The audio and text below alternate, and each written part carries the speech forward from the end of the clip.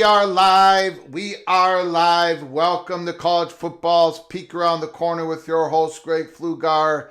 We cover everything in college football because we love everything in college football. And if you do as well, please subscribe to our channel, ring the notification bell, smash the like button, share the video if you want to support this college football rebel outpost. With a donation, help us keep the lights on and grow the channel. Just hit that $sign where you make your comment, and I'll get to your super chat as quick as I possibly can. Welcome everybody into the studio that sits on the corner, the very corner of Keith Jackson Parkway and Kurt Gowdy Avenue. Do not be afraid. Do not be afraid to become a legend with your comments and with your phone calls. Just like every live show we ever do, day in and day out, there's going to be a lot of people disagreeing with the fat guy from Minnesota, and I welcome all of it. However, we're not going to play this game. We're not going to play this game. This semantics, this where we don't actually talk about what this is all about. We're not going to do that. We're not going to do that. We're not doing that today. Now, you might like the plan. You might like this government takeover plan. And that's great. That's fantastic. Tasbo, I'm glad you are here. I have to disagree with you on this one. Good. That's good. I love it. Bring it on. Bring it on. Call us later in the show. But do not walk away from what it really is.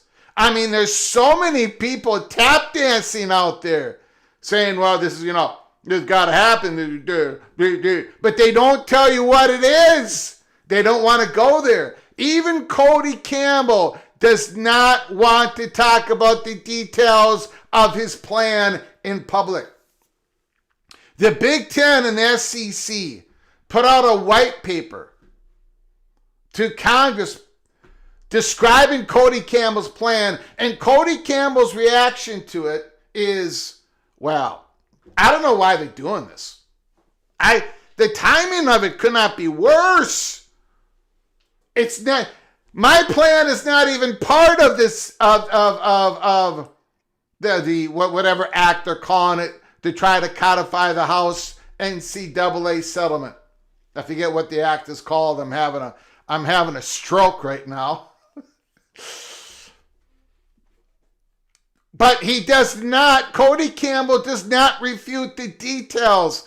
This is a government takeover. Pure and simple. It's an effort for a government takeover of college sports because things are not fair. Things are not fair. When have they ever been fair? Look, guys, I don't know if you know this or not.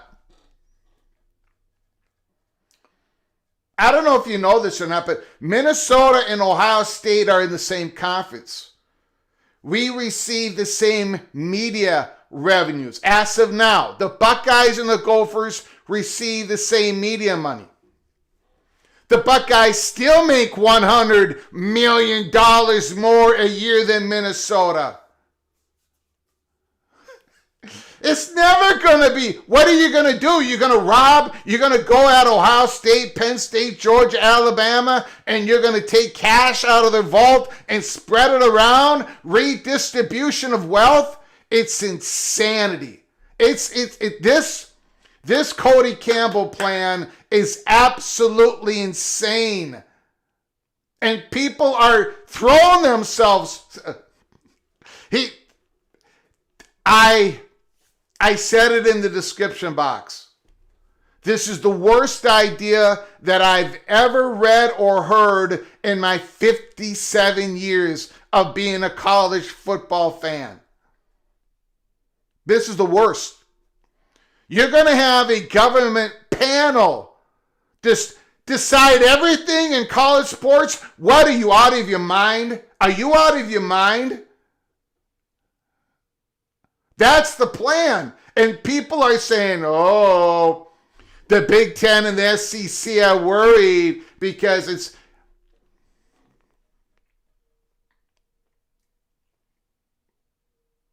And now they're having a roundtable. They're going to have like 40 people. We're going to talk about it from all different walks, and they're not deciding anything on this. There I am. I'm sitting next to Trump. Cody Campbell sitting next to Trump. I mean, come on. Are you kidding me? The network executives are going to be there. The network executives. The ones that Cody Campbell and the believer of his plan think they're going to just agree to all this and spread the money out. And this is insanity. Absolutely insanity. I'm sorry, but I got to call it out. This is what this show is. I have been,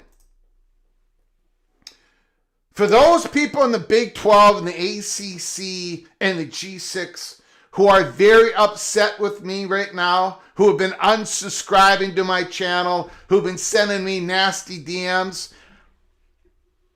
Let me just say this one thing. Before we get into all this, let me say this one thing. There is not a national college football YouTube channel that has the fat guy sitting behind a mic who is in Big Ten country, who is a Gopher fan, there is nobody out there who has been carrying the water for the Big 12 and the ACC and the G6 more than I have. I've been battling for you guys for 4 bleeping years. I've been the captain of the army of 24. I don't know. I have been arguing with people in the chat room, including Big 12 and ACC people, fans who keep saying the G6 should not be part of the playoffs. The G6 should not be part. I have been battling for the G6's access into the playoffs. I'm not going to carry the water anymore. The water has been dropped. If the Big 12 and the ACC, and look, the chatter behind the curtain it's obvious. It is obvious. It's obvious. This is a big political move that is going on.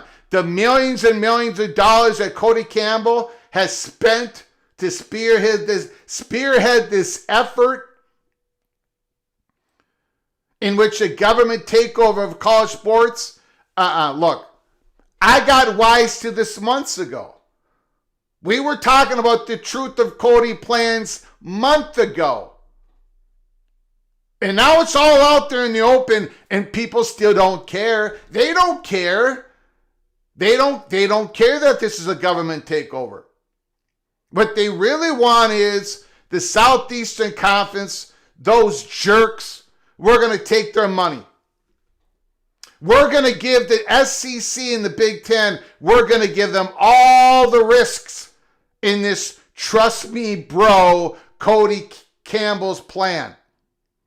Because you see, Kansas State ain't taking no risk in this. Kansas ain't taking no risk in this. Wake Forest ain't taking no risk in this. It's easy to say, oh, we need to do something to save college sports when you're not the ones that are taking any risks in this. Bob Thompson has come out and said, he's like, I don't want to, we'll show his posts later. I don't want to paraphrase Bob Thompson. A lot of experts have come out and said Cody Campbell's plan is, I've asked the question. I mean, who's going to be making all these wise decisions? Who is in this government panel? Who are they accountable to? Who do they report to? What if they screw everything up? What if this doesn't work?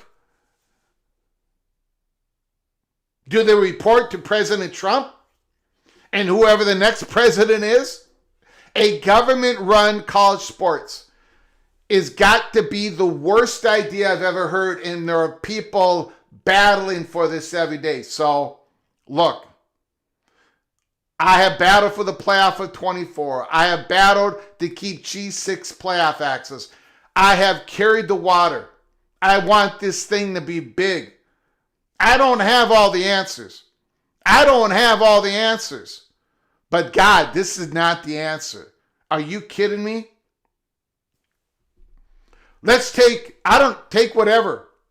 Whatever. Duke basketball. You want government to run Duke basketball? Is Duke making too much money? Is Louisville basketball making too much money? Selling too many tickets? Or is this just about the media packages? The media packages that everybody has negotiated. They've made their decisions on. So the ACC bundled up a long-time grant of rights tied to the media deal, and everybody else is to blame for that decision?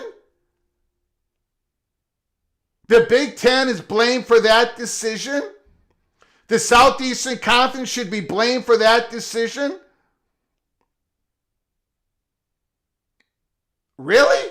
And the only way to correct it is a government takeover?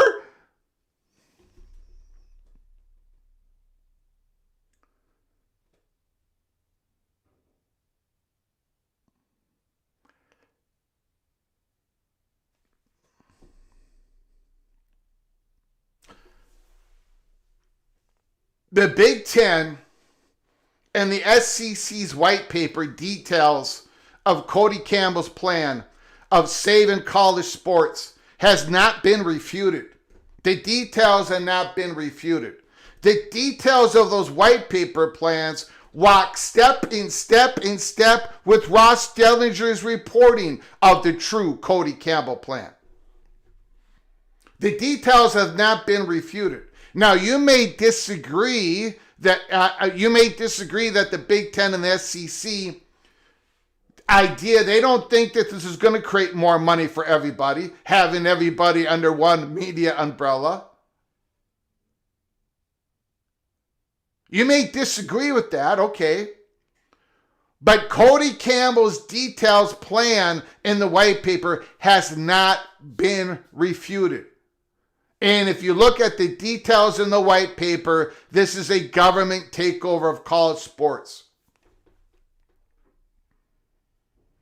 The government entity, this government panel decides everybody's schedule. They decide everybody's schedule. Think about that. They decide everybody's football schedule. They decide who is in what division. They decide who plays who. Because they're so incredibly smart and important people. I don't know who they are. We don't know who they're accountable to. And then you've got a handful of people who are saying, Greg, everybody's still getting along. Everything's fine. I mean, what are you? Why do you think the Big Ten and the SEC did this white paper?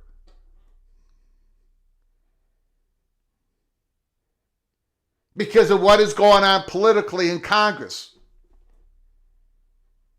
The idea of a government takeover is gaining traction. Okay. Now, some of you are saying, Greg,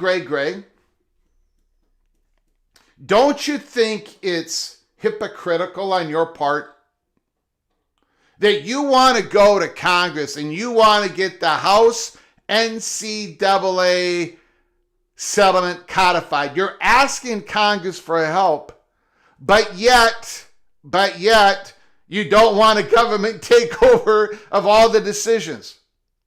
Don't you think that's hypocritical, Greg? I have seen a lot of posts out there.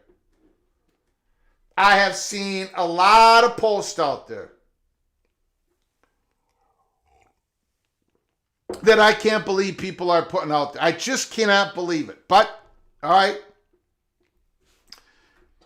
Here's Dan Murphy, ESPN, off of Ben Portnoy's report of yesterday. Let's talk about Ben Portnoy, Sports Business Journal post yesterday. The SEC and the Big Ten have co-commissioned a white paper pushing back against consolidated media rights and opening the Sports Broadcasting Act of 1961. The paper specifically targets Saving College Sports, the group headed by billionaire Cody Campbell. Dan Murphy says some valid points here in the paper, white paper by Big Ten and SEC. I'm not sure the SBA is a cure-all. The college athletics doesn't need government control is a hell of a line coming from two leagues, the Big Ten and the SEC. And by the way, the Big 12 and the ACC have also done what the Big Ten and the SEC try to get this thing codified. But Dan Murphy doesn't want to say that for whatever reason. Is a hell of a line coming from two leagues that have spent millions of dollars in the last few years lobbying for government to control the athlete payment market.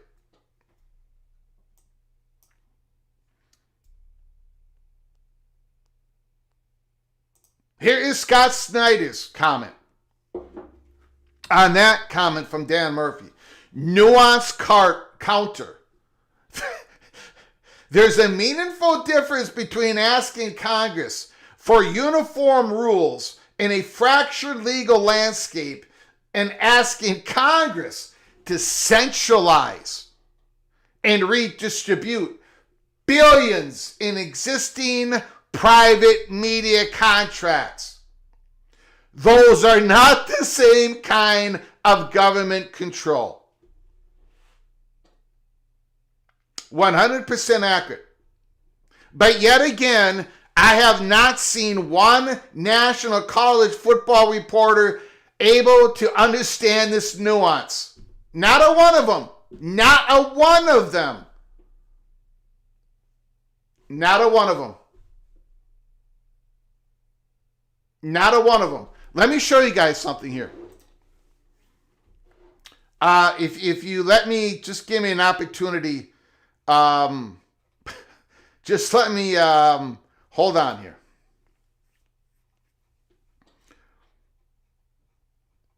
Dennis Dodd, now he's a retired national college football reporter, sports and everything.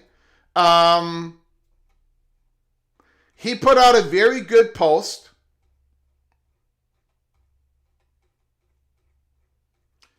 Which, of course, I cannot find. Here we go.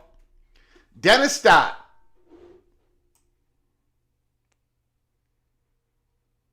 As he explains what is going on here. Okay? Dennis Dodd, CBS, former CBS. Now we know why SEC and the Big Ten went to the lengths of commissioning a study pushing back on Cody Campbell's SAFE Act. The feds look like they're getting involved big time. A summit of ideas and power looks inevitable between figures controlling billions in right fees hovering somewhere around the seat of power in D.C. Check this from FCC, which mentions the 1961 Broadcasting Act. Dennis Dodd actually brings up Genetics 56. Holy smokes. All right. Also, Donald Trump is now involved in a conference next month discussing college athletics. My breakdown on a curious white paper released by SEC and Big Ten that has provided a window on the future of college football. This is Dennis Dodd's reaction. The white paper released by the Big Ten and the SEC was in response to Texas Tech booster Cody Campbell's SAFE Act, which is winding its way through Congress. The SAFE Act would make college football a single entity. All 136 teams under one media deal, which is an absolute joke. But that's what it is, ladies and gentlemen. Campbell says the revenue generated would allow minor sports to be funded by magic and thus helping develop the Olympic movement. The fact that these two leagues commission such a study suggests that not only does Campbell legislation have some teeth, those conferences are generally concerned. Again, Dennis Dodd, as we go through this, he almost gets to the point of what Cody Campbell's plan really is, but he doesn't. He walks up to the water, but he doesn't put his foot in. Okay? Because of the involvement now of Trump's FCC and Trump himself, we now know the why of the white paper. When a similar single entity proposal, Super League, came out in the fall of 2024, the SEC and the Big Ten dismissed it out of hand. Their main reason, the Super League format, the influence of the Big Ten and the SEC commissioners would be lessened. That wasn't the main reason. Again, I don't know why this is, but national college football reporters, they don't like private equity when conferences do it, but they love it if a Super League did it for billions and billions of dollars. That's another road I don't want to go down right now. They can't be blamed then if that's their play. But that doesn't mean they right in staying in their current media rights silos. It doesn't mean that they are right in staying in their current media rights silos. In other words, the negotiations, the decisions that the Southeastern Conference has made and the Big Ten has made for decades, especially the last 10 years, the creation of the conference networks, they have no right in maintaining those private contracts. Really? Really? Campbell is a billionaire, the de facto owner of Texas Tech football. He also has friends in the administration, as noted above. That alone could be the reason the Big Ten and the SEC are concerned. Remember those conferences commissioned the study of the FTI consulting that resulted in their white paper? The document rebukes Campbell. Interesting, it should be noted, FTI says on its website it helps organizations facing crisis and transformation. Given that the two leagues paid for the study, it looks like they got the desired result. I tell you, I love you, Dennis Dodd, man. I love you, Dennis Dodd. But again, you don't want to touch Cody Campbell's plan, do you? You don't want to talk about it. I'm going to talk about it. Because we have no strings attached here at college football's peek around the corner. This is essentially an argument over the value of college athletics. No, it ain't. No, it ain't. This is an argument over private control, making your own decisions at schools or universities, or handing it all over to the government. That's what this is about, Dennis Dodd.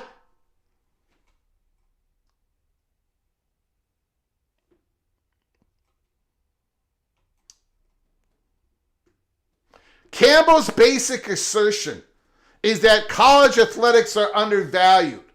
It's hard to argue against that being the case for a while. And then Dennis Dodd talks about the Clark era.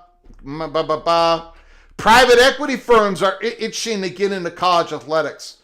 The Big Ten was about to sign a monster PE deal until Michigan and USC made it clear they value their brands over possibly taking on debt in a PE deal. What do you think a Super League does, Dennis Dodd? What do you think a private equity deal is? But that doesn't bother you, does it? Or any other national college football reporter out there. It only bothers you if a conference does, if a Super League does it. Oh, that's a beautiful thing. It's a beautiful thing.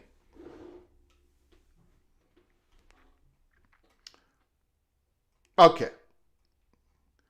There's a big reason these conferences are looking for extra money. Their media deals are capped and lengthy. No? Well, the Big Ten isn't capped and lengthy. Dennis Dodd? It's not a lengthy deal. Oh, but they should pay the crime of making their media deals shorter. Right? This is unbelievable. The SAFE Act would also rescind the Sports Broadcasting Act of 1961, allowing college football to be overseen by a single entity and pooling media rights. Okay, ladies and gentlemen, we finally got to the heart of it. Dennis Dodd and every other single national college football reporter out there, except for Ross Dellinger, are describing the SAFE Act, Cody Campbell's plan to allow college football to be overseen by a single entity.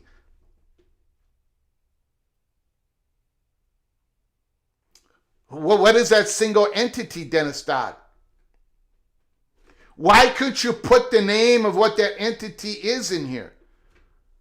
Why did you leave that out? Why is that being left out on everybody's reporting of the Cody Campbell's plan? What is the single entity? Who's in? Who's making these decisions? I'll get back to that in a moment. If that sounds scary, so does the ongoing Power 4 push to do essentially the same thing in introducing a single entity. The leagues have spent a better part of 7 years seeking federal help to institute federally mandated rules, antitrust exemption that would cap athlete income. That is so bizarre. To equate these two things is such a bizarre argument. I don't even know where. Again, I showed you Scott Snyder's post on this. Completely two different things. It's so bizarre. So it is bad that the Power 4 conferences are trying to get it to where they can have rules, they can have guardrails, they can enforce their own rules. That's bad. But it's good if they give every control over this single entity. Dennis Dodd. The white paper says college athletics doesn't need government control and mandates. An antitrust exemption would do exactly that. A penalty system would have set up by the federal government to oversee violators of that revenue cap allowed by the exemption. Okay. The SAFE Act suggests that bundling rights of all 136 FBS teams would raise media right fees above their current levels. Really? Bob Thompson doesn't agree with that. Other people don't agree with that. But again, Cody Campbell knows all. Just trust me, bro. Just trust me, bro. Campbell says not only would there be more media rights income, but the overage, all this money coming in could be used to save minor sports and thus help the U.S. Olympic movement. All right. So this was my question to Dennis Dodd. Quote, allow college football to be overseen by a single entity in pooling media rights. Who is the single entity? Who are they accountable to, Dennis, when things go bleep? The entity is the government. What a horrible plan. This is Dennis Dodd's answer to me. Ladies and gentlemen, this is not just about Dennis Dodd. This is about the whole industry, the whole college football reporting industry. Dennis Dodd, think of Toyota College Football or Apple FBS.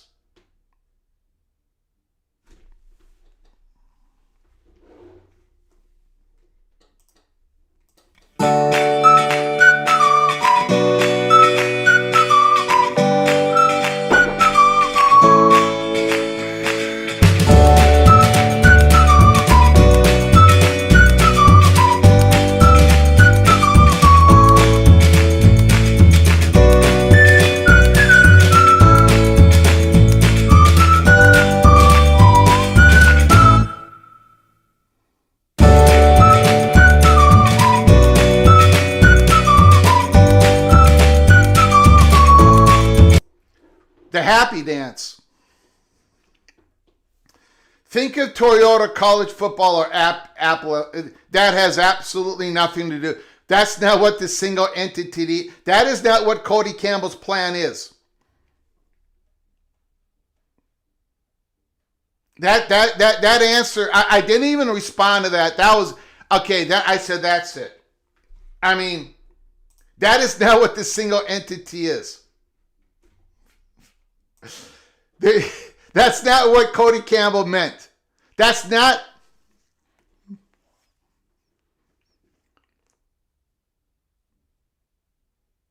I don't know. I mean, I don't get it. Why is there such trust in this? Why are people willing to give all the power to a panel, a single government agency entity, to make the media negotiations of 136 FBS teams?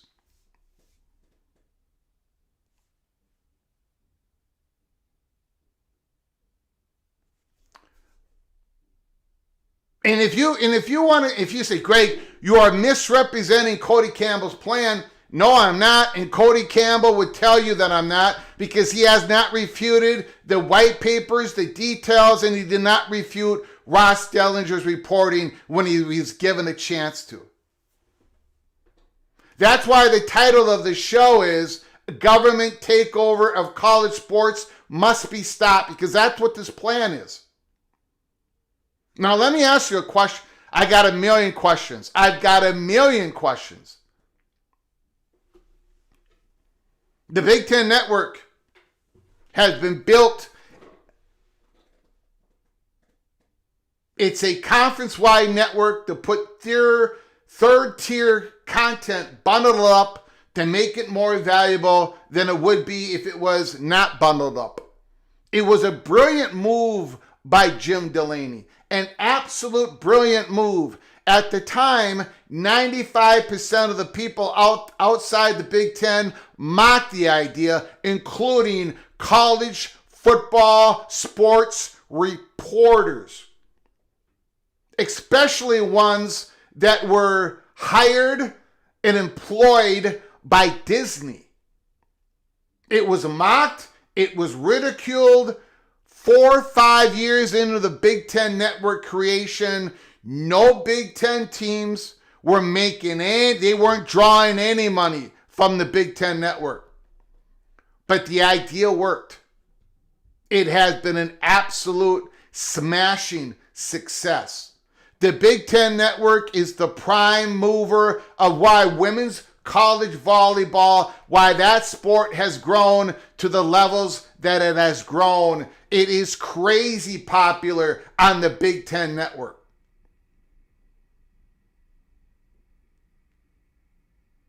Under Cody Campbell's plan, the Big Ten Network would be shut down by government, this single entity decree.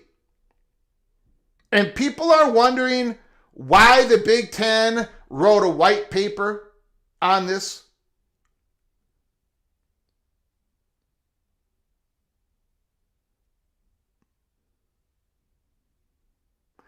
The Big Ten made a very good private economic decision on the creation of the Big Ten Network, and now it's going to be taken away from them because it was too successful. You think that's cool, Dennis Dodd? Heather Dinich? The rest of you? Matt Hayes? It's insanity. It's absolutely insanity. Okay, Cody Campbell, if you're successful at this roundtable, if the SAFE Act is passed, and it ain't going to get passed, the Big Ten and SEC, it ain't like the Big Ten and the SEC doesn't have their own political power in Congress. But let's just say this passed and you shut down the Big Ten Network. Who is going to cut the Minnesota Golden Gophers check, their equity check of the Big Ten Network?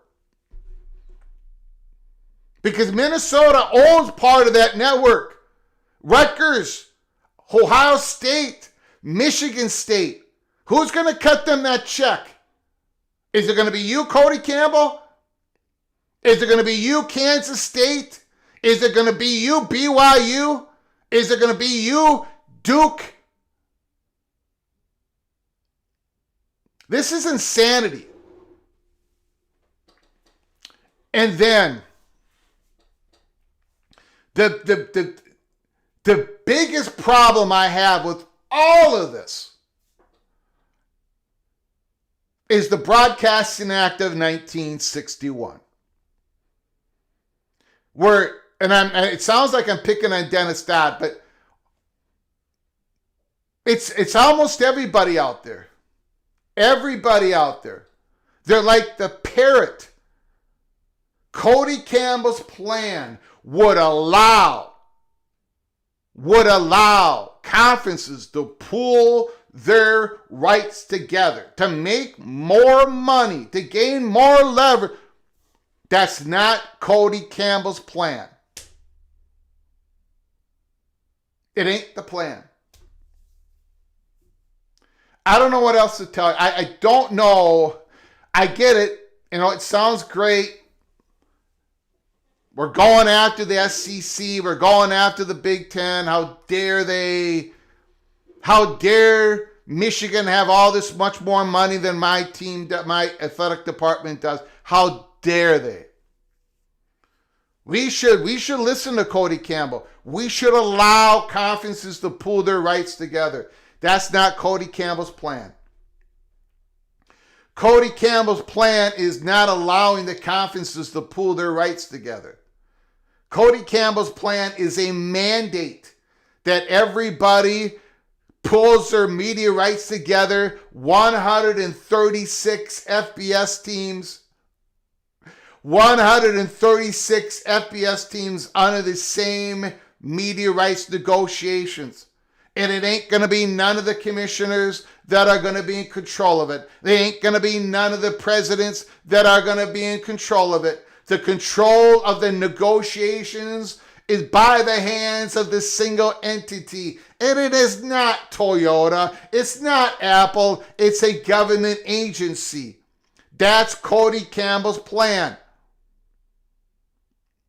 So Cody Campbell's plan is the following. Alabama takes all the risks.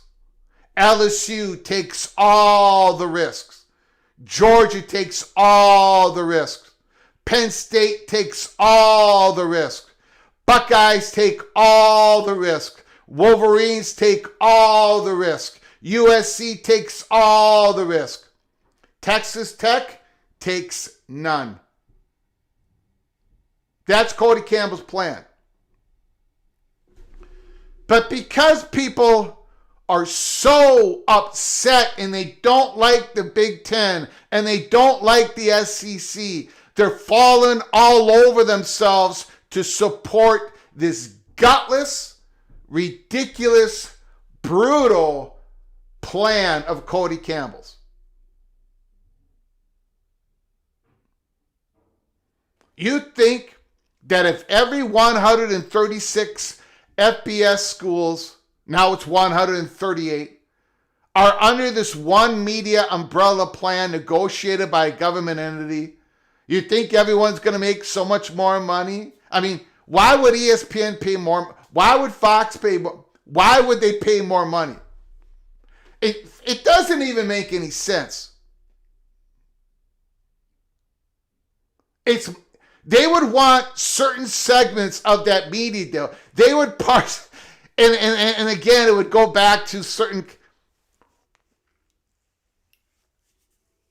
It doesn't make, it doesn't make any sense. And that is what the Big Ten and the SEC is trying to tell the Congress.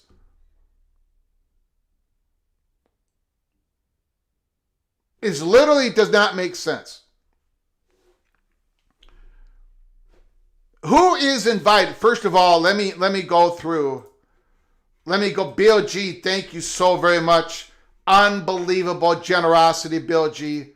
I'm sorry I did not get to this later.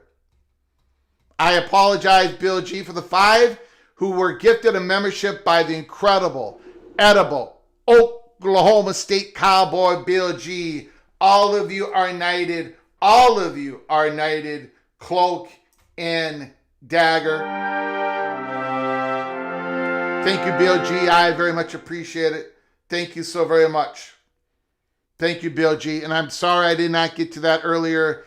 My bad. Thank you so very much for the 5 who were gifted a membership. Please say thank you to Bill. If you can go to our library of episodes, watch all the episodes, including members only, Early Peak, Cloak and Dagger. We've got another membership Evil Badger, Ryan Willie, my friend, the Wisconsin Badger. You are knighted officially, cloak and dagger. Thank you, Ryan Willie.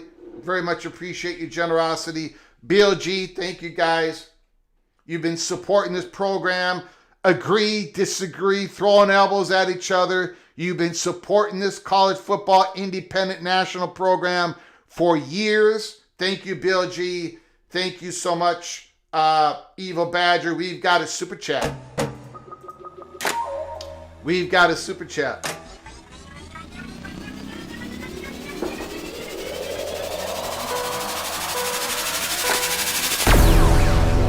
Cody is so desperate for votes in Congress that he aims to keep all 138 Division I members in one pooled hypothetical league. Cody Campbell's plan is not only, again, I'm not lying here, guys. Look, it's uncomfortable. It's uncomfortable for me to say this. It's uncomfortable for a lot of people to hear this. Thank you so much, Christopher Hooter. Thank you so very much for your generosity, sir. Mr. LSU Tiger, thank you so much. Appreciate it. I appreciate all your support, all your phone calls. But it's not just 138 schools being under one media negotiations. It's not just that. Cody Campbell's plan is this single entity controls who plays who. This single entity controls who's in what division. It basically just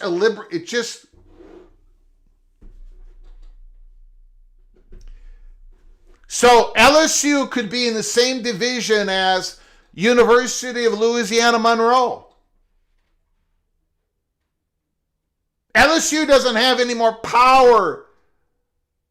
Doesn't have any more decision-making power under Cody Campbell's plan because the government knows best, according to Cody Campbell. That's in his plan. He doesn't even refute it. But people love it because West Virginia could be playing Marshall every year. West Virginia might have to go to Marshall and play their football games at Marshall every other year. Marshalls could be making the same media money as West Virginia. Does that sound cool, West Virginia? Really?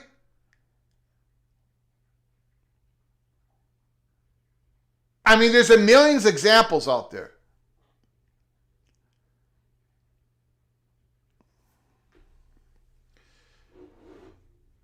Now, I lost my... Oh, okay. All right. I lost my train of thought.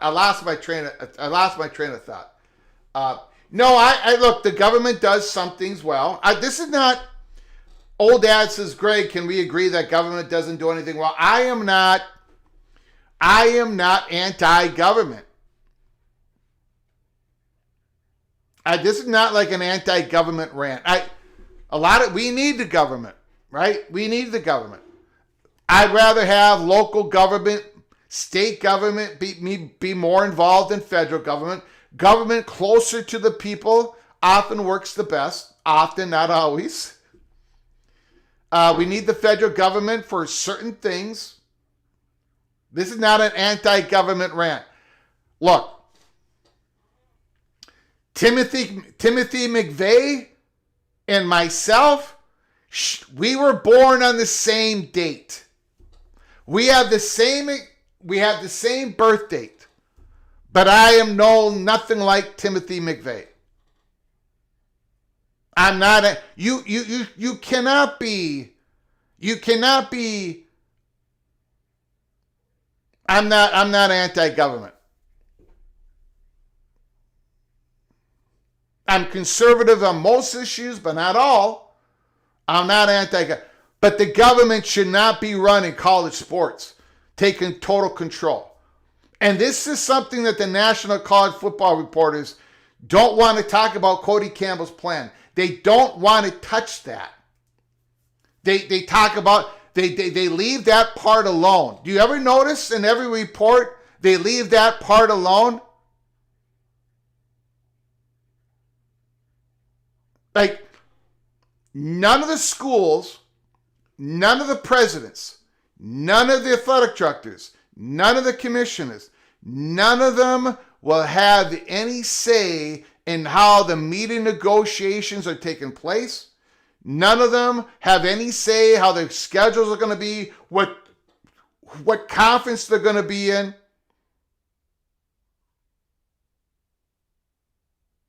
National reporters don't want to touch that. Big 12 people, I love you. I love the Big 12 YouTube channels out there, but they don't touch that part of Cody Campbell's plan. ACC people, I love you, but you never talk about that part of Cody Campbell's plan. And that's in his plan.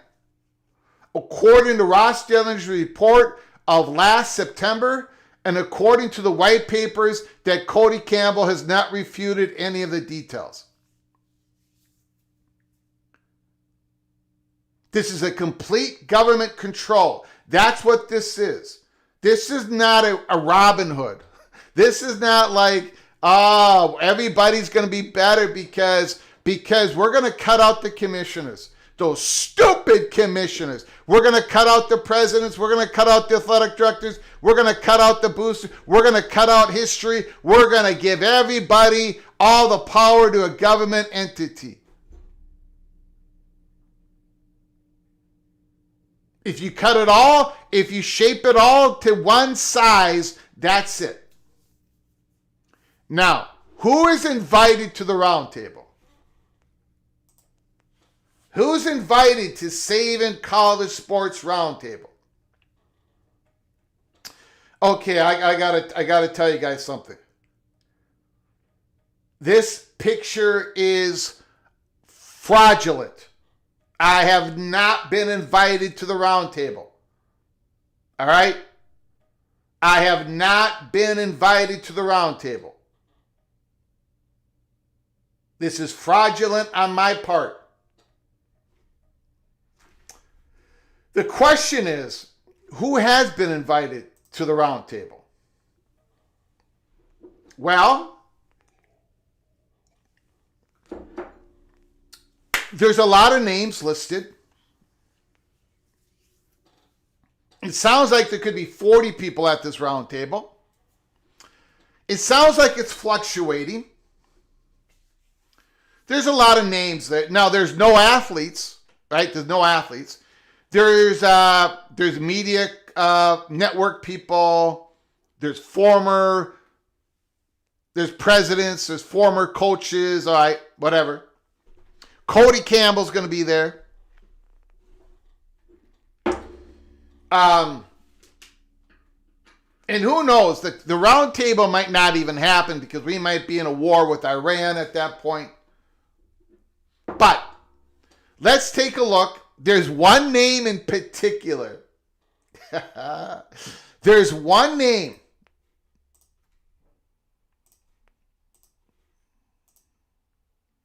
There is one person that's going to be at this meeting.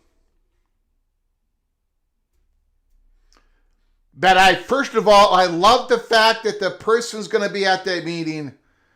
And I think he's going to, I think at the end of the day, a month from now, 6 months from now, a year from now, he's going to be the most important person at that meeting. And I'm not talking the president.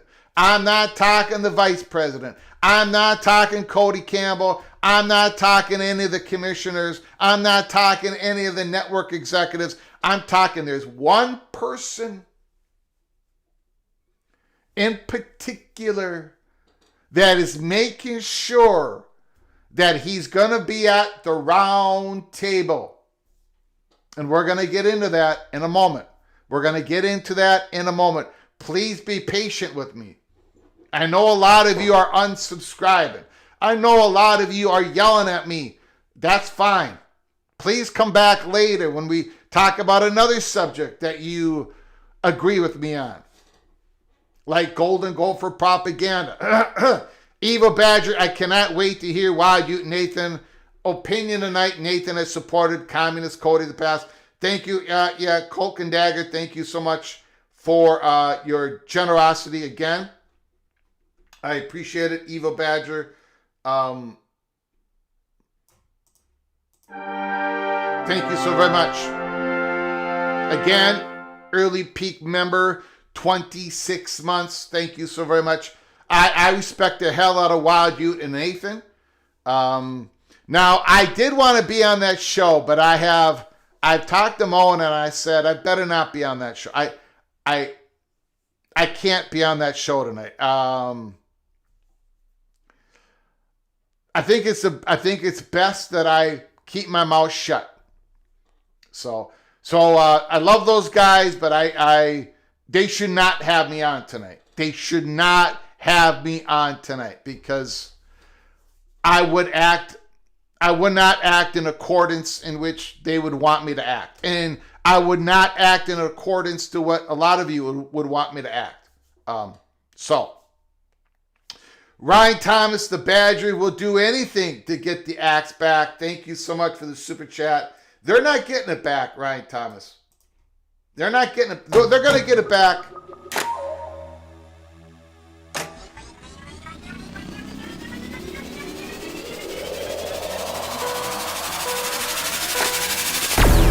They'll get the axe back someday. Of course they will.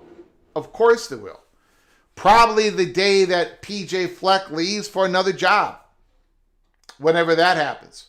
But they're not getting it. They're not getting it this year. No way. But thank you for the $2 holler, Ryan Thomas. I appreciate it so very much. Healing, Florida. I unsubscribed. Tried for a while, but not my cup of tea. Thanks for coming back, Healing, Florida. Appreciate it. Okay. Now, let's take a look. Ryan Thomas, $2 holler. It's not happening, Greg. Deep breaths. It ain't going to happen because here at College Football Peek Around the Corner, we're going to stop the madness. But we're going to talk about it because not enough people are actually talking about what the Cody plan is. You're looking at all these national reporters' comments on it, but they don't actually talk about what Cody plans is. They'll list the white paper, but they do not actually talk about what's in the white paper. But we do that. We do it different here. We actually talk about what's in the plan. Thank you, Ryan Thomas. I appreciate it so very much. We got another super chat. We're going to get to the round table in a moment. Heartbreak 25.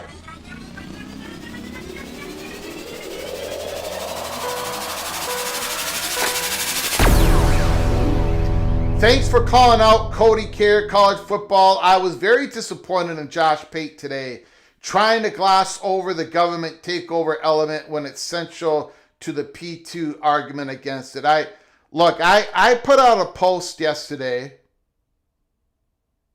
It was early in the morning. Let me see if I can... I think it was...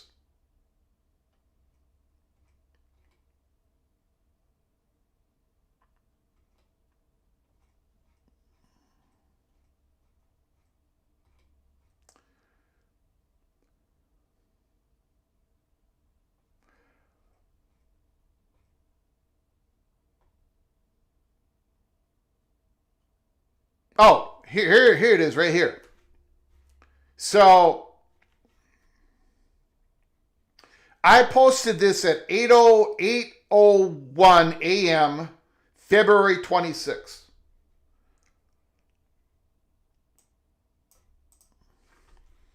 How dare the SEC and the Big Ten be against the creation of a government entity that would have the power to dismantle the two conferences. How dare they? That is one hell of a take from college football reporters I have in this morning. One hell of a take. Okay, I posted that. 8:01 in the morning, right? Josh Pate liked that post. Josh Pate liked that post. So I don't know. I thought maybe that Josh Pate agreed with what I said. But I get it. I've seen Josh Pate other comments. I didn't watch them this morning, but I don't know. I can't. I mean, it gets, who's in control again? Who's in control of this plan?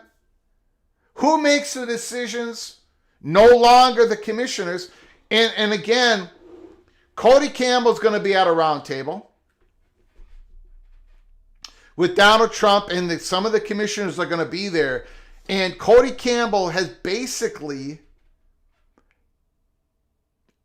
he's not just disagreed with Petiti and Sankey, but he's gone after their character.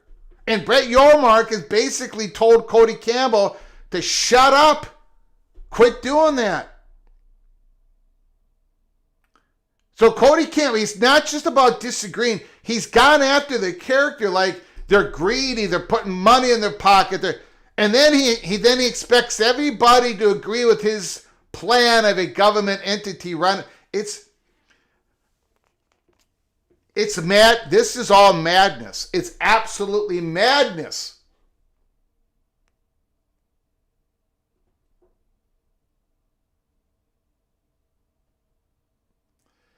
J. Matt, thank you for the $10 holler. The SEC and the Big Ten have too much power, period. You know this transfer portal that happened in January?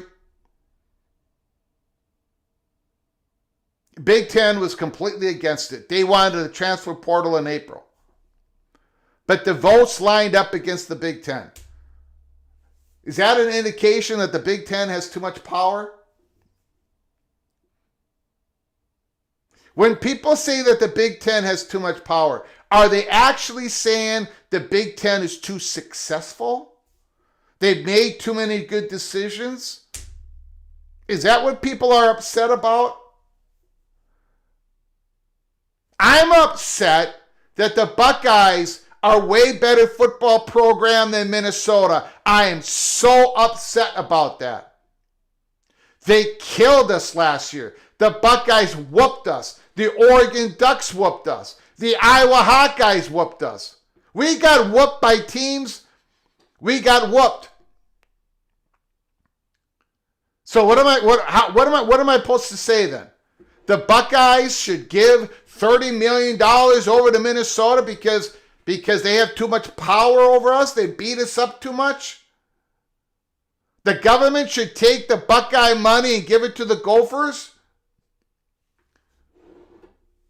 Should the Red Raiders give some NIL money to the other Big 12 schools? Just because it's more for parity, it's more fair?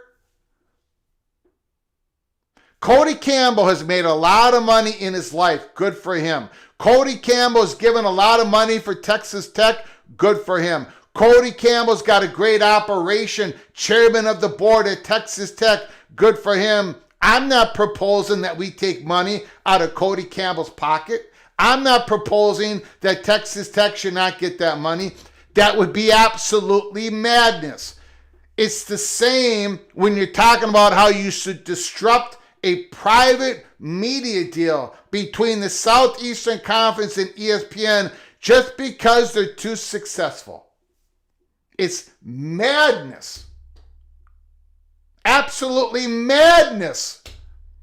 BYU should give up on. BYU is an incredible force in everything they do. And they do spectacular things. They're way too successful. They got all that money. They should give it over. They should give it over to the fat guy from Minnesota. Just because, look, I'm poor, man. Redistribute it. Give me that money. That's madness. Absolute madness. It's crazy.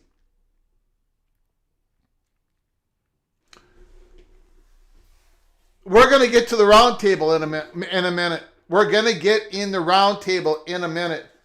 Thank you, Ricky Tungate. Sent 5 gifted membership, super chunk. Brian Short, Jennifer Knoll is in the house. Michael, Joseph Murray, and Nuck RX Boiler. Thank you for coming on in. Thank you. When you get an opportunity, please say thank you to Ricky Tungate for his incredible generosity. Mr. Hoosier, thank you so very much.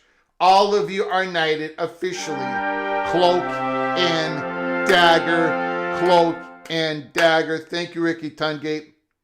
So the 5 new members of our family, you can go watch all the episodes in our library of shows, including members only, Early Peak, Cloak and Dagger.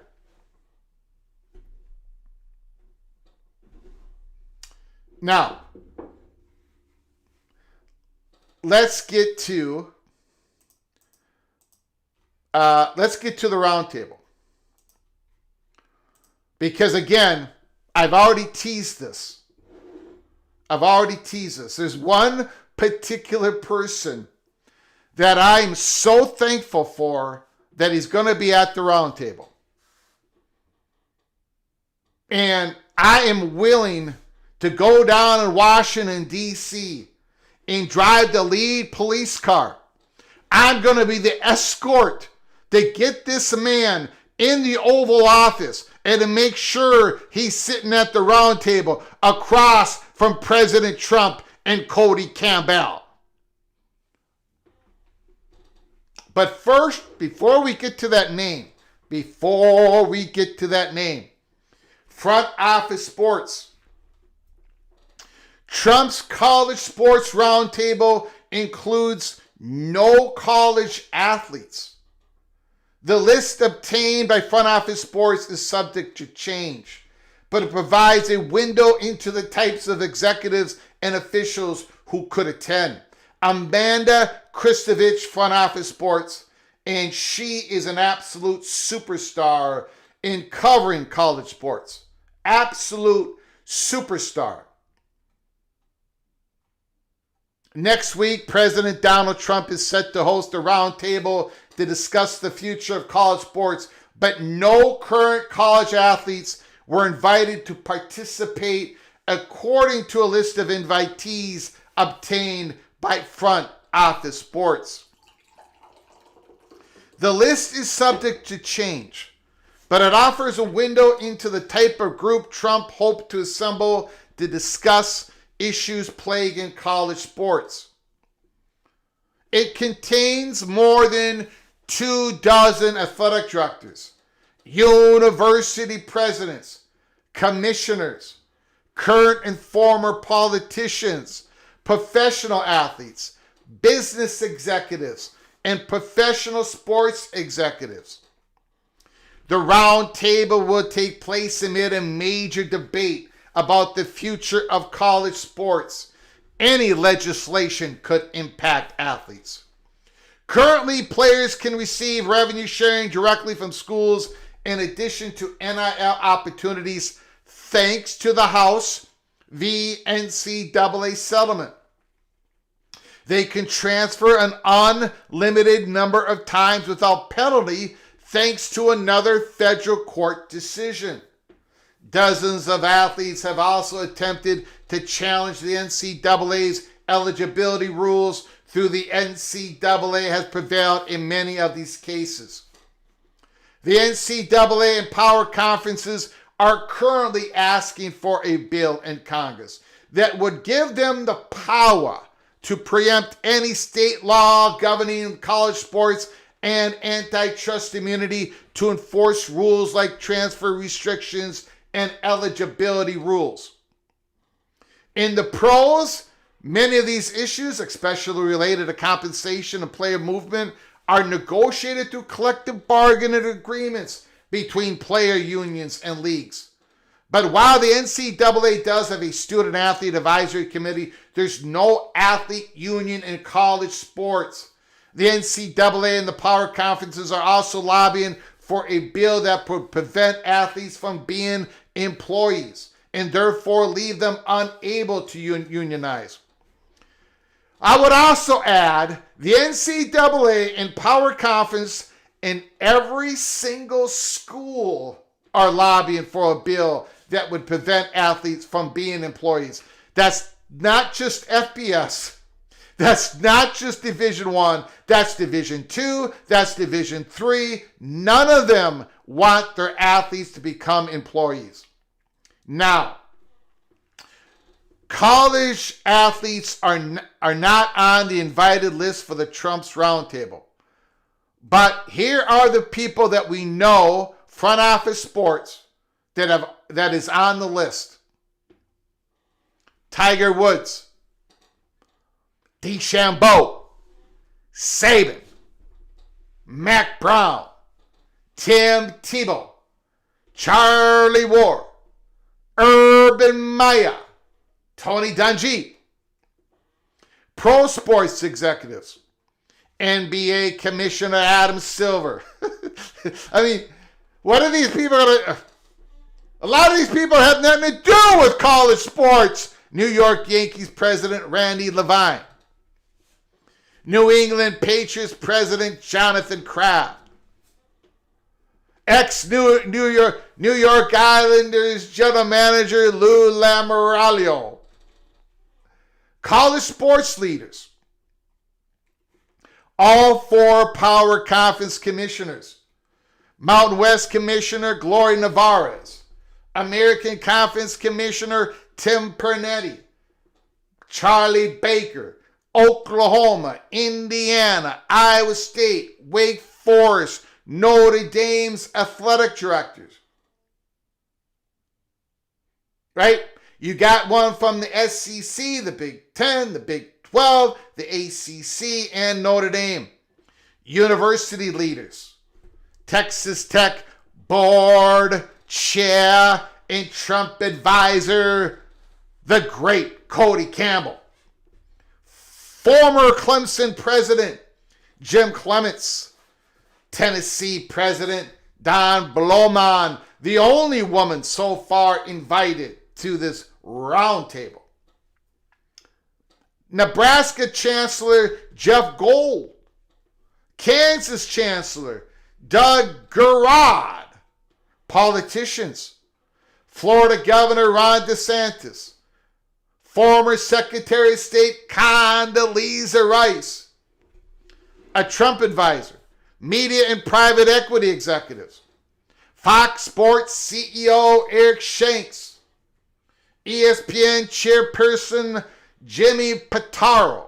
Redbird Capital Partner founder Jerry Cardinale. Blackstone chairman and pro sports owner David Blitzer. Sports industry executive Mark Gannis. More invites may go out as the current list is not final. And given Trump's ever-changing schedule due to current events, it's always possible this event could be postponed or canceled. And it is most likely at least going to be postponed and probably canceled. But as of now, current college athletes will not have a seat at this round table. So,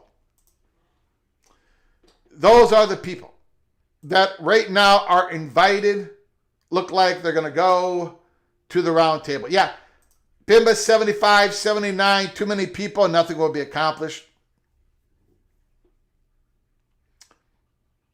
I'm sorry, Navarez is also a woman. Thank you, Jimmy. Appreciate it. Look, a long trip for a cheeseburger. A lot of people are going to be there, right? And it's going to be a meet and greet, slap each other in the back, all these famous people. How's your golf game doing? Tiger, can you give me a key on my swing? nothing's going to get done. But, there is one name that has been invited. And it happened after Front Office Sports put out that article. A great job by Amanda Krisovich. There's one name that is on that, is going to go at that roundtable. I agree with this. PATC community needs to take over college sports. Absolutely 100% correct. Thank you so much for the $2 holler, Ryan Thomas.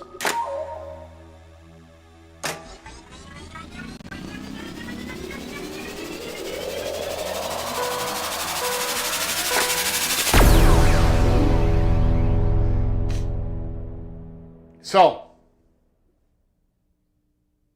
there's one person there's a particular person that was invited that was not on the Front Office Sports article. And I think he's going to be the most important person at the roundtable.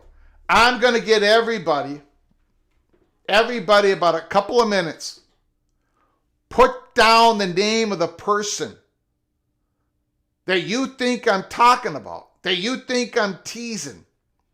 There is a particular person that has been invited. It was reported after the Front Office Sports article came out. And I think this person is going to be the most important person at the roundtable.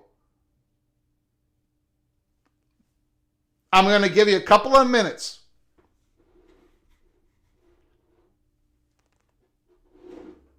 Nick Saban, well, he was mentioned in the article.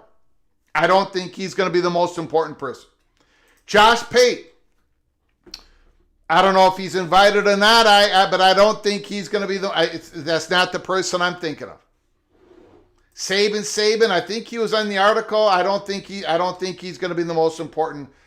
I don't think he's going to be the most important person. Think about this now. Ryan Thomas, I'm sorry, it ain't going to be you. John Sellers, no. Jimbo Fisher, I don't think so. Bill Snyder, I don't think so. Okay, let me give you the name. Buckle up, embrace for impact. Feinbaum, no. Epstein's Corp, no. ES president is already on the list. I don't think so. The little general. Yeah, if she got invited, she would rule with an iron fist, as she has been doing since I got her home last night from the airport. But that's a whole nother story. No, little general has not gotten the invite. Here is the name, ladies and gentlemen.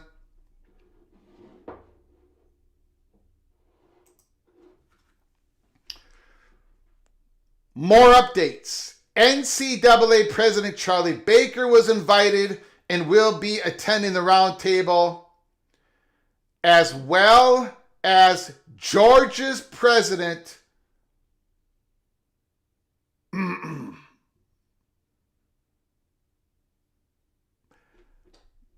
Mr. Morehead. Georgia President Morehead has been given an invitation to the roundtable. And I will bet you dollars to donuts. You have to give me the donuts. I'll give you the dollars. That Morehead made sure that he was going to be at that roundtable. Morehead he gave Greg Sankey a call and he said, this ain't happening without me. This ain't happening without me. Now, why is President Morehead being at this roundtable? Why do you think I believe that he is going to be the most important person at that round table. Daniel Gorby, Morehead controls the SEC with Sankey. Morehead is the mole.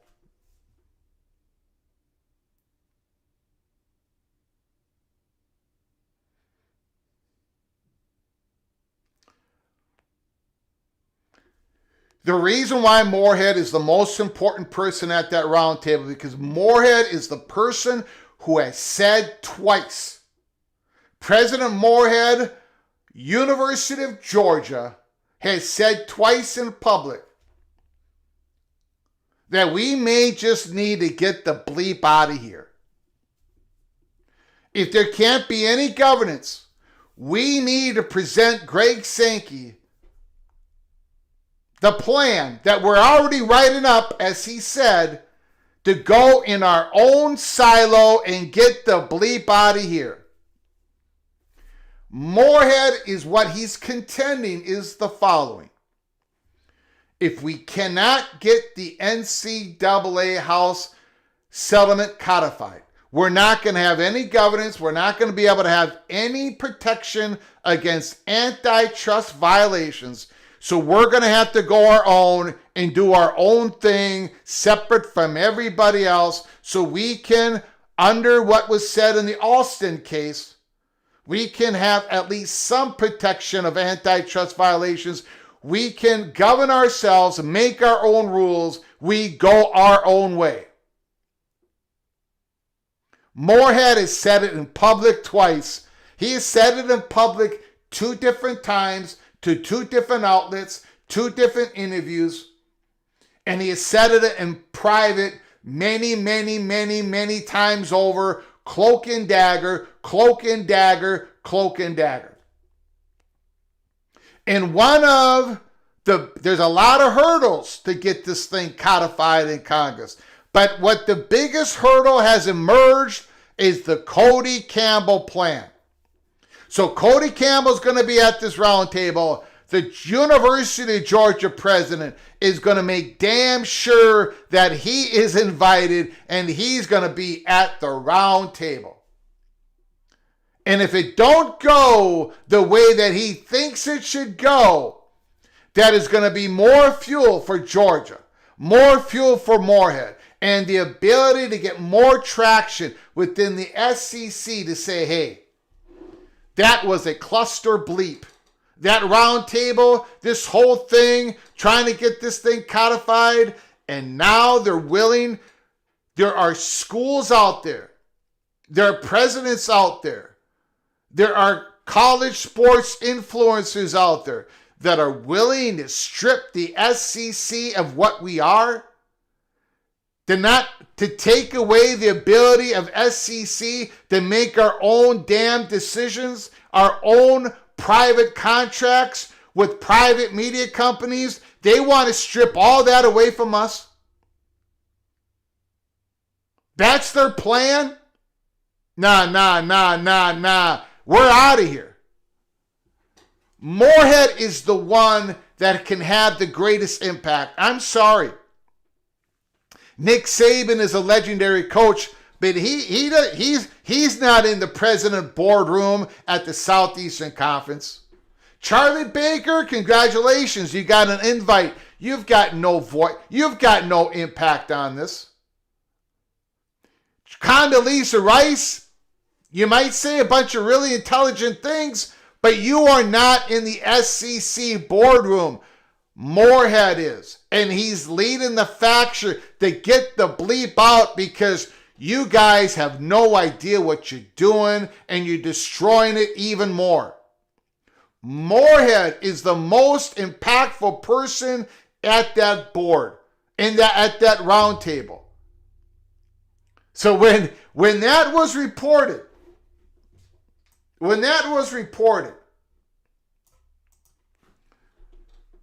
Georgia President Morehead is going to be there. Buckle up. VC, no, Morehead is too busy dealing with traffic court. God, that is a full-time job unto itself at the University of Georgia. I'm guessing he delegates that to his athletic director. I'm guessing the athletic director delegates that to a 5-person staff. But Morehead being at that round table, that's the most impactful person. If that round table gets off the ground, if it actually happens, it's just, come on. It's going to be a mess. Can we agree to that at least? You can't get 40 people. You can't have one round table. ESPN is not going. ESPN, Fox, they're not going to go in there and say, oh yeah, this is a great idea. This is a great idea. We'll rip up our current media contracts. This is insanity. All of this is insanity. The ACC network is not going away. The Southeastern Conference network is not going away. The Big Ten network is not going away. And according to Cody Campbell's plan, they've all got to go away. They've all got to get shut down. Absolutely incredible. Let's,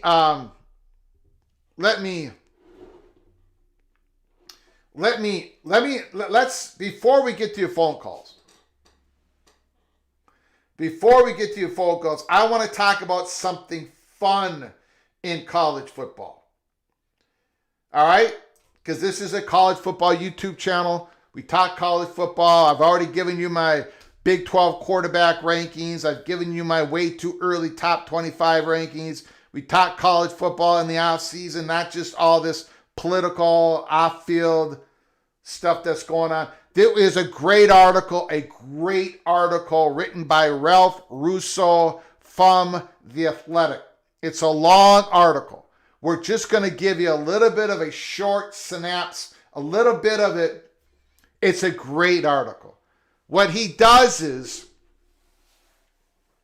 he goes and he guesses every Power 4 football team, and all of them, and Notre Dame. He guesses who is going to be their head coach in 2030. I'm not going to show you all the teams. It's just too long of an article. So go to The Athletic, go read it. I'm just going to show you a little bit of it. It's behind a paywall, so I don't show the whole articles when that happens. Just a little bit of it. Clemson, Dabo Swinney, Ralph Russo, Rhett Lashley, SMU coach, going to be Clemson's coach in 2030. Now, again, this is all just guessing, but it's a lot of fun. Russo, this is a complicated time to assess both Swinney and Clemson. With the program coming off its worst season in almost 2 decades, Lashley seems like a perfect fit, but there is a very real question about whether Clemson would be a clear upgrade from SMU for him. Wow.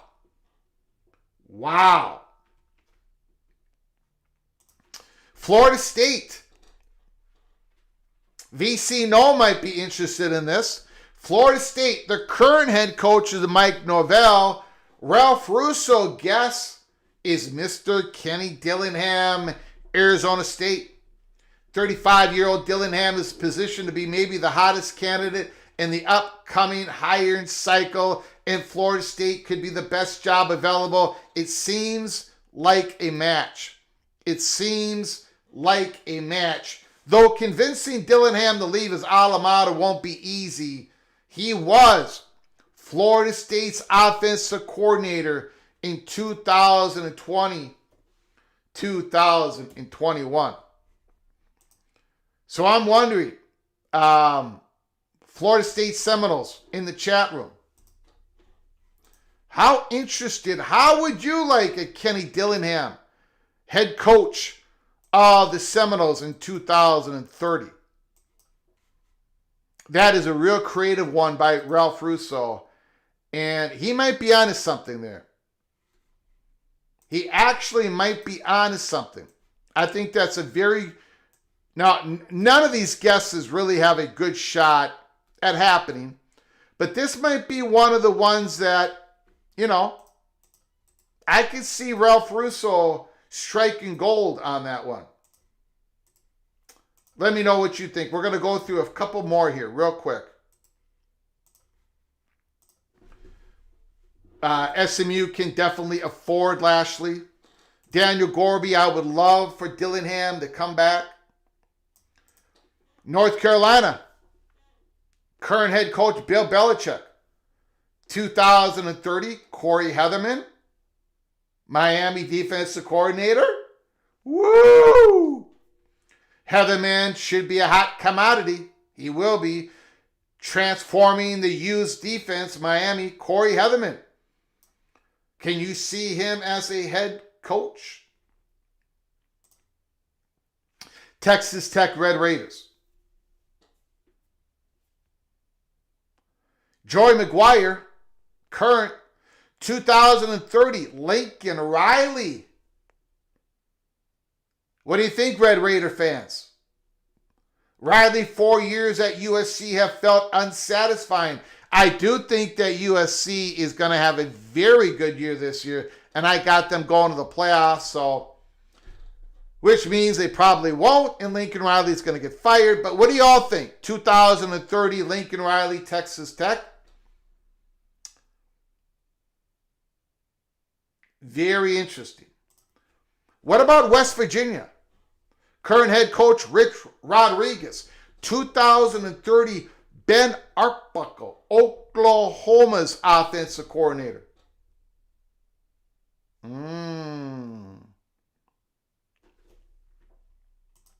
Michigan. Kyle Whittingham probably ain't going to be the head coach of Michigan in 2030. What about Bob Chesney, their current UCLA head coach? Ralph Russo says this may be the hardest call on the board. Chesney has star qualities, but UCLA is also a very difficult job. What about the Buckeyes? Current head coach Ryan Day. 2030, James Laurinaitis. I don't think the Buckeyes would do that.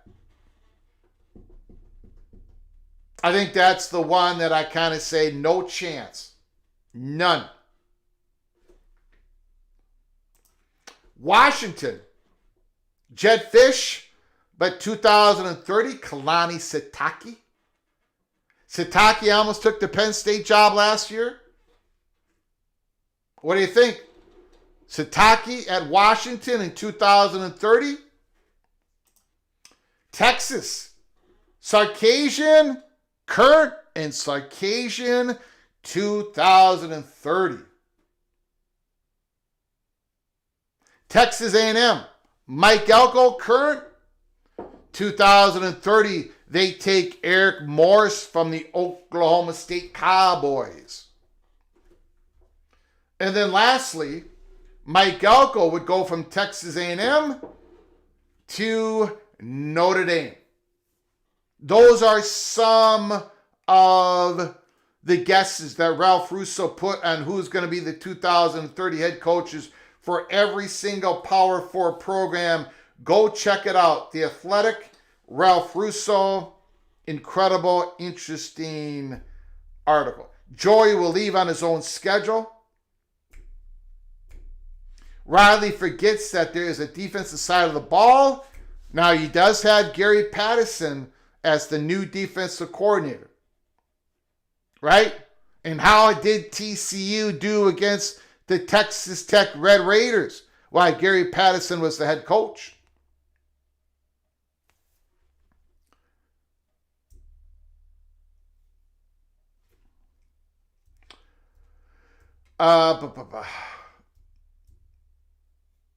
The architect, Greg, nothing has irritated me more than this ridiculousness. The Big Ten and the SEC needs to hit the eject button.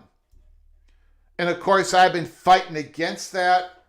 I have been trying to get everybody to stay together. I've been Army of 24. I want FCS.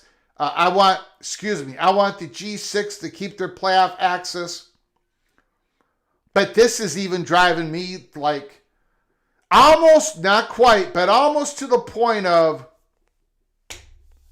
yeah. I mean, if they're going to, why would the Big Ten and the SEC be for anything that would basically, they're not going to sign a suicide pact. And that's what the Cody Campbell plan is. It's a suicide pact.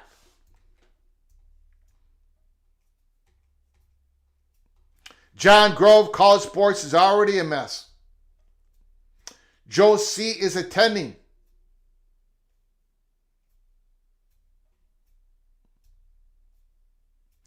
Condoleezza Rice has the ear of every Congress critter from Stanford. I think there's over 30 of them.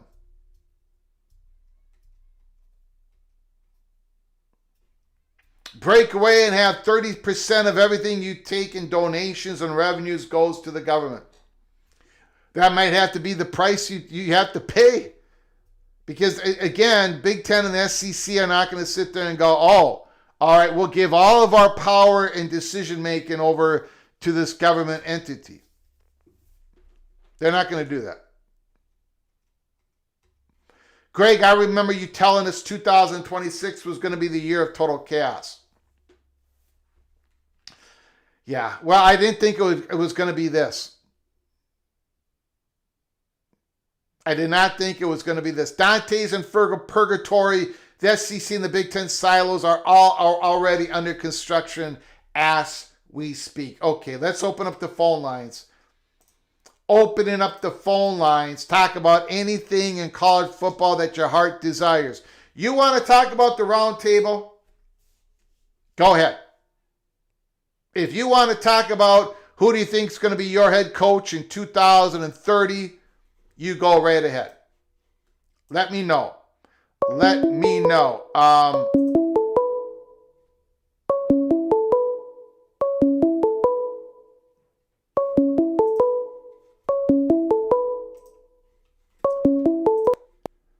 From Evil Badger.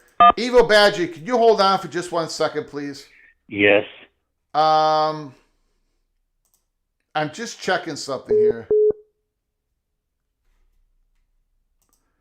I apologize, Evil Badger. Hold on, my friend. Hold on.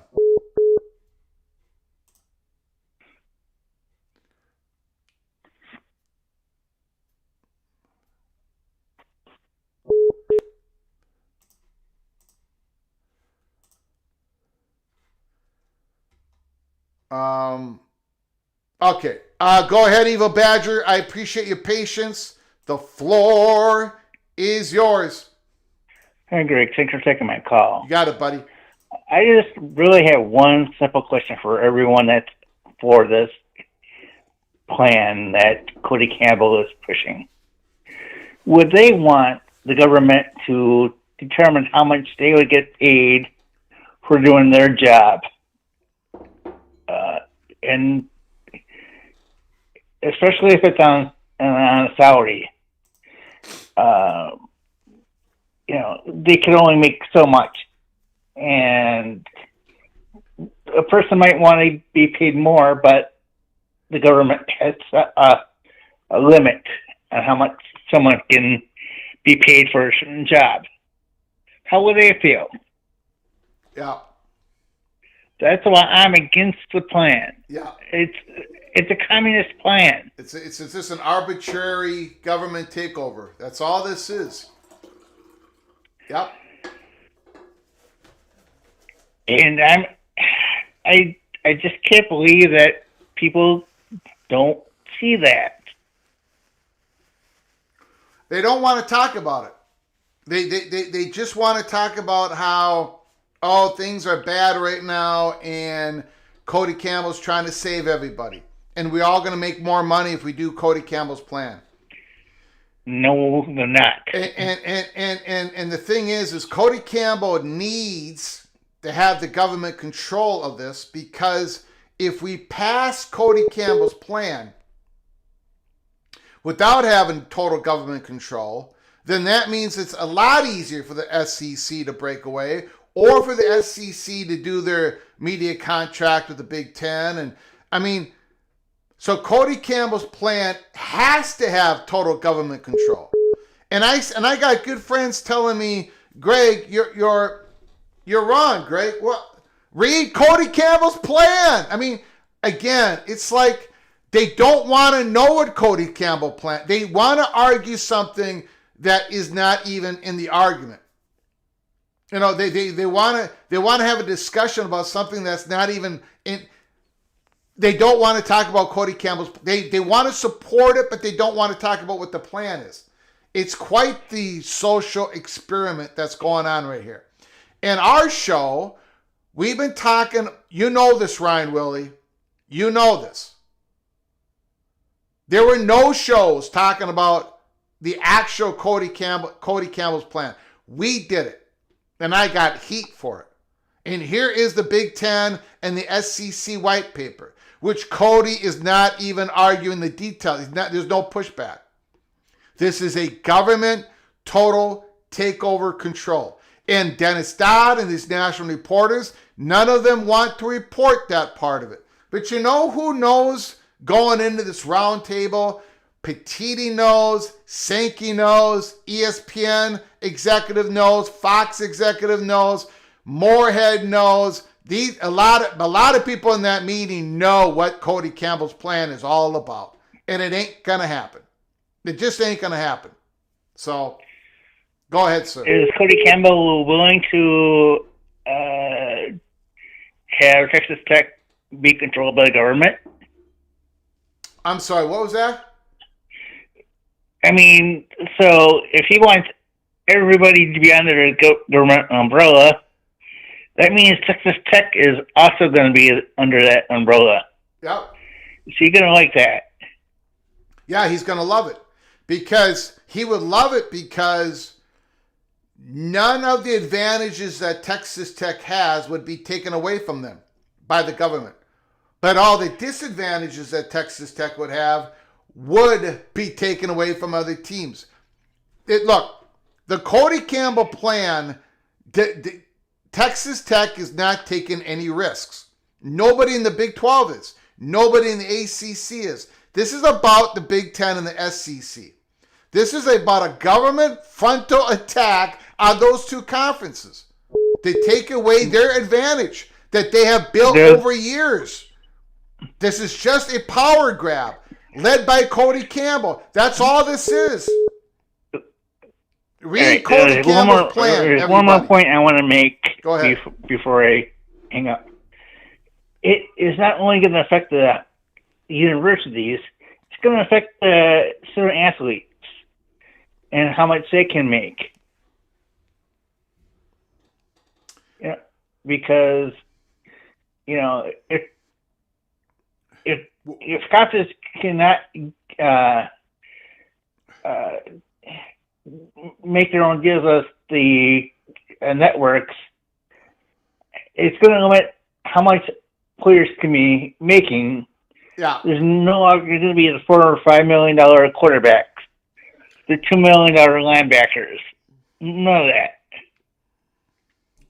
And that's what I want people to think about also.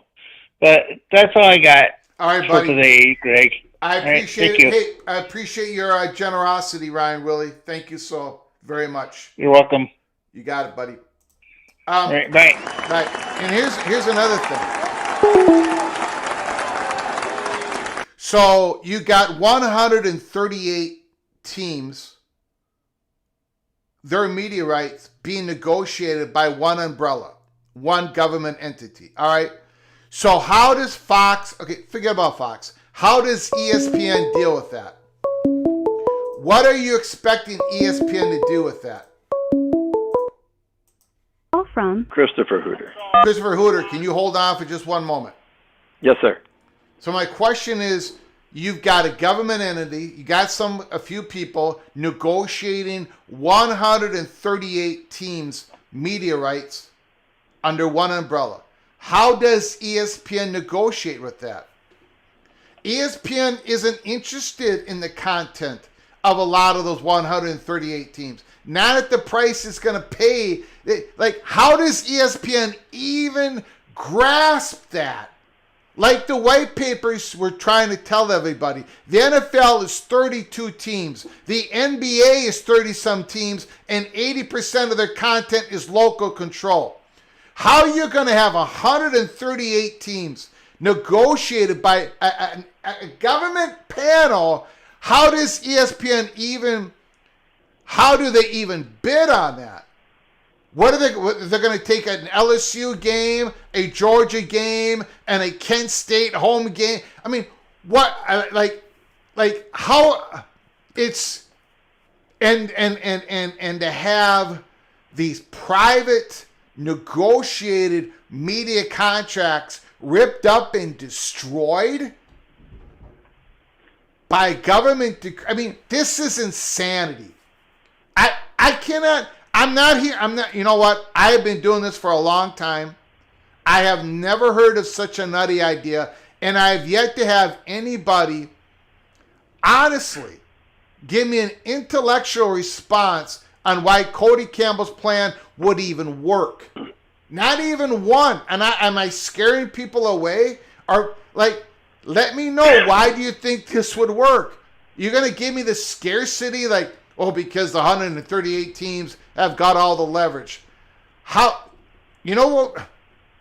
How would you even negotiate this? This is not, things like this aren't negotiated. You don't negotiate 138 teams that are all different levels of football and interests. And how would you even do that?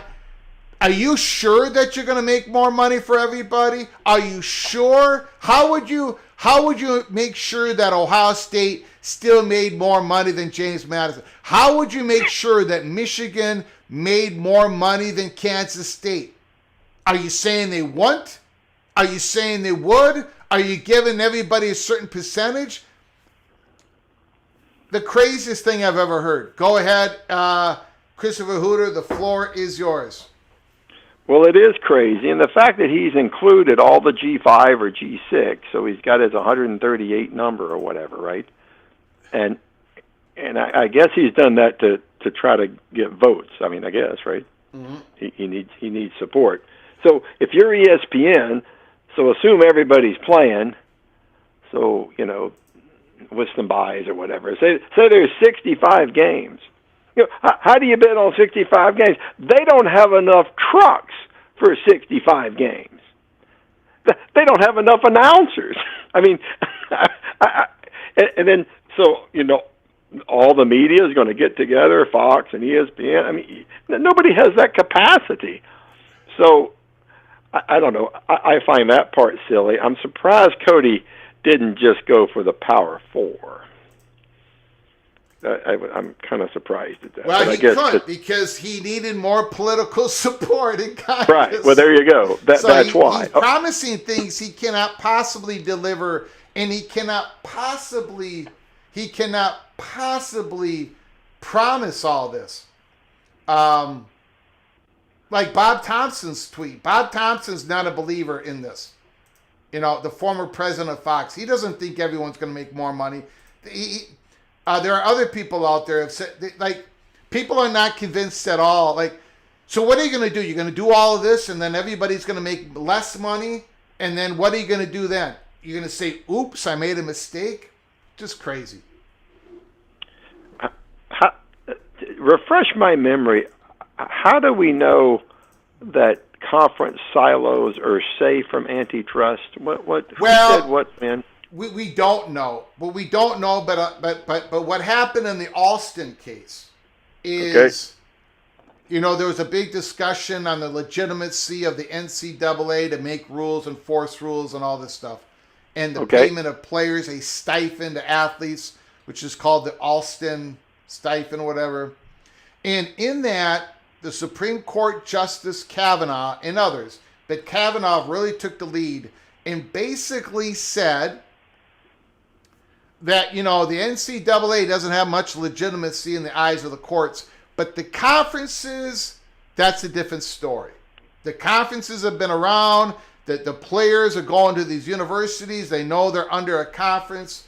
Conferences have been making rules forever. Schools know about it. It's a free association. for whatever reason, for whatever legal beagle reasons that Kavanaugh gave, he said that the conferences have way more credibility to the courts in enforcing their own rules. And everybody noticed that Kavanaugh said that, and the court and the judges basically agreed with them on.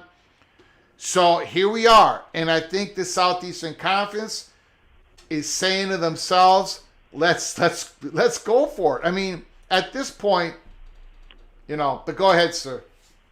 So we're I guess the SEC and the Big are pretty confident that 5 or more justices. No, I don't think that, I don't want to say that. I just think I don't think they know how it would work. I'm not. I think they believe it's a shot. It's worth the shot.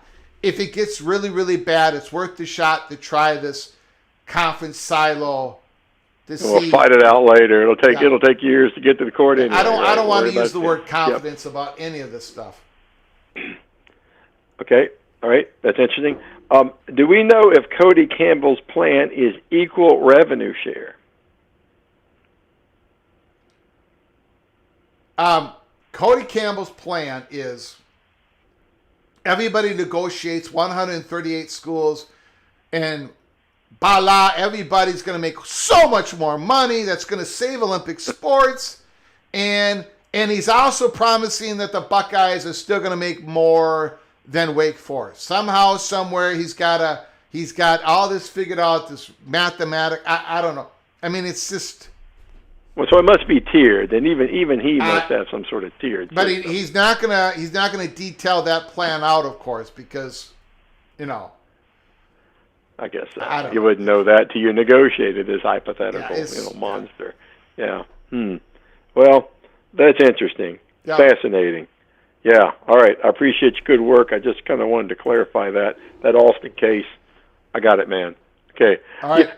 Maybe we just have to go through all this to prove to ourselves, we tried, we can't do it, okay, Congress is going to fail. Okay, well, what do you want us to do? We got to go silo. Maybe we just got to check these boxes to get there. Yeah.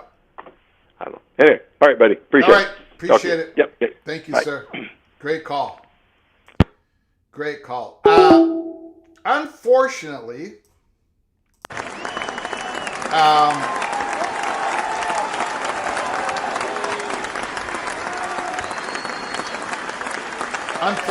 we have run out of time. We've been on the air for 2 hours. I appreciate everybody from coming on in. If you're new to the program or if you haven't done it yet, please subscribe to our program. Ring the notification bell. Smash the like button. I appreciate it. Bill G, Evil Badger, Christopher Hooter, Ryan Thomas, Heartbreak 25, and Ricky Tungate. Thank you guys so much for your incredible generosity today. I very much appreciate it. Look, Saturday's live show, we're not going to be talking about no roundtable. We're going to be talking about something else in college football, but we're not going to be talking about this. I don't think we are, unless there's some big breaking news. But tomorrow we're going to be talking college football. Maybe we have to go back in the Holy Smokes Theater. Who knows? Buckle up, brace for impact. Keep your head on a swivel. Until next time, from all of us here at College Football's Peek Around the Corner to all of you, please, y'all take great care of each other. Thank you so